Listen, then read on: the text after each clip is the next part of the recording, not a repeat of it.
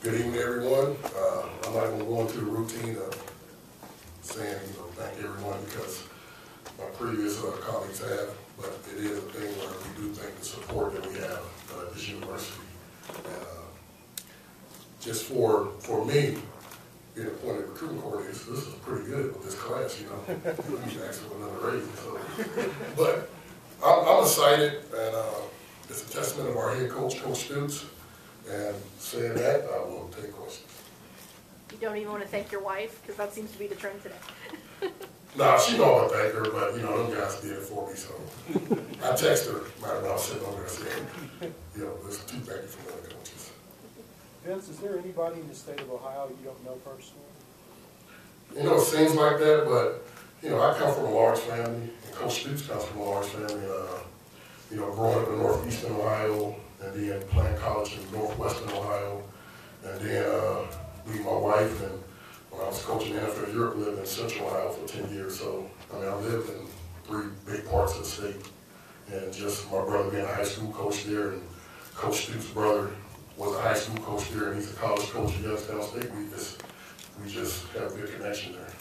Did you exceed your own expectations in Ohio with this class, and how big is Ohio going to be for the 2015 class? No, actually, honestly, I felt pretty good when I was at Nebraska and we took this job. Having 4 or 5 high-quality guys going to Nebraska, which was like 14 hours away, I felt when Coach Stutes got this job here, the first thing he said to me, he said, hey, we can recruit Ohio pretty hard. And so, like I said, with our reputation there, I felt pretty good about it. Vince, your brother had the chance to coach Andre DeBose, who hasn't been talked about much in recruiting. Some of the other commitments you need to talk about. Yeah, I think if Tyrell went through the whole process, you had Ohio State in there, Michigan, Oregon, he had some pretty good offers, but it's a true story. I'm not going to say the school name, but it's a top 5 school. They came in to offer him, and my brother said that he was committed to us. And they said, well, you would think if we offer him, that he'd be interested in us. And he said, no, he's committed. And then he paused a little bit, and then he said, are you related to the Marrow guy? And my brother said, yeah, that's my younger brother. And the guy, he went on to another subject. Vince, when you don't have success on the field to pitch, what do you pitch? I think you pitch in the university, but you pitch in the head coach. You look at our staff, we come from a lot of good programs, and every one of these guys were fired up to come and work for Mark. And I think it speaks to their leader. But then coming here, and I said it before to a lot of different people, this state sells this program. I thought it was a basketball, which, they're pretty good at basketball, but they really do love their football here. And so our biggest part, I think, has been the people here.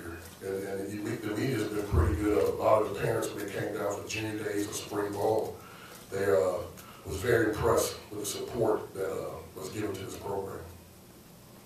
Vince, when you pitched 2015, was there reach a point you have to start getting wins on the field, and that's part of the pitch? Yeah, that's in life. You got to win. But I think when we finished with the 13 class, and I think a couple of our coaches made a statement that we feel good about even having a higher recruited, what you guys rank, recruit classes. We felt good what we were doing. Right now, we targeting and getting a lot of good responses from a lot of top 15 guys in the country. And I think when they get here, it's such a family atmosphere. I love the coaches I work with, the support staff, just the people in this university. And it's a thing where I think these parents see the things. And of course, you got to win games, which we plan on doing, but it's just a process. But I do feel pretty good about where we are for 2015.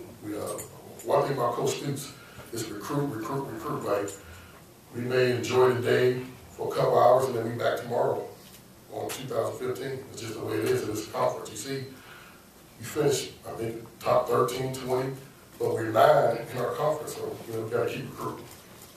So, with some of your early commitments, strong early commitments, people are, okay, they committed to Kentucky, but they won't be around come signing day. They'll go someplace else. But you were able to hold on to those guys. What was the key to that? I think Coach Stutes said it, and I heard Neil say it, and even DJ, it was more the type of families. When you recruit families, and just some strong character families, and you know, like I said, when they got down here, they seen that it's football, but it's also more than football. You want your kid to be in a place where they're cared about, the academic support is strong, and you know, that's the phrase other schools throughout, because when you come up behind other schools and you beat them head to head and recruiting, they got to throw out something. And they said all that, but as we see, we had one decommit, and that speaks mainly to who our head coach is. He's a great recruiter. Make no mistake about that. I mean, he's a head coach, but he's a good recruiter, and the family see that. It's Darryl Longby, a guy playing, you know, under your wing. What did you see that you liked so much about him when you started recruiting him? You know, I think you guys need to understand how the recruiting process goes.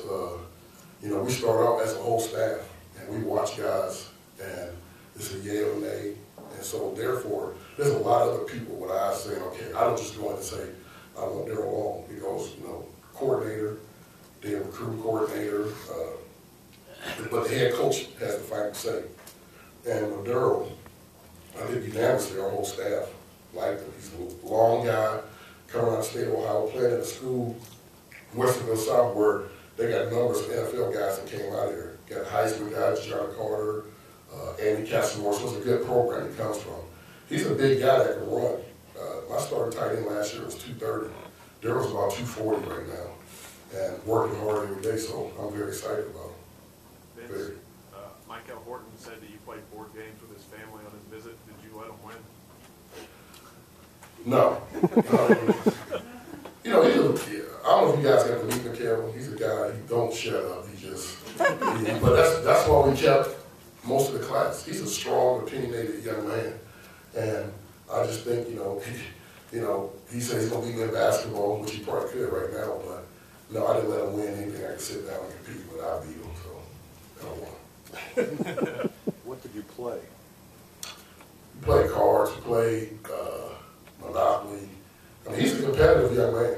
He's trying to beat you in everything. But you know what? Our whole staff is like that. Our whole team is like that. That's what we want guys to want to compete, want to compete. Played Monopoly. How long were you there?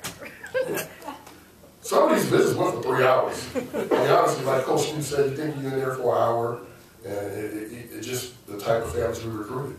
I mean, Coach Peebles in here, he'll tell you, we go in there, we're going to be there for an hour, 20 minutes, but they'll be there for 3 hours.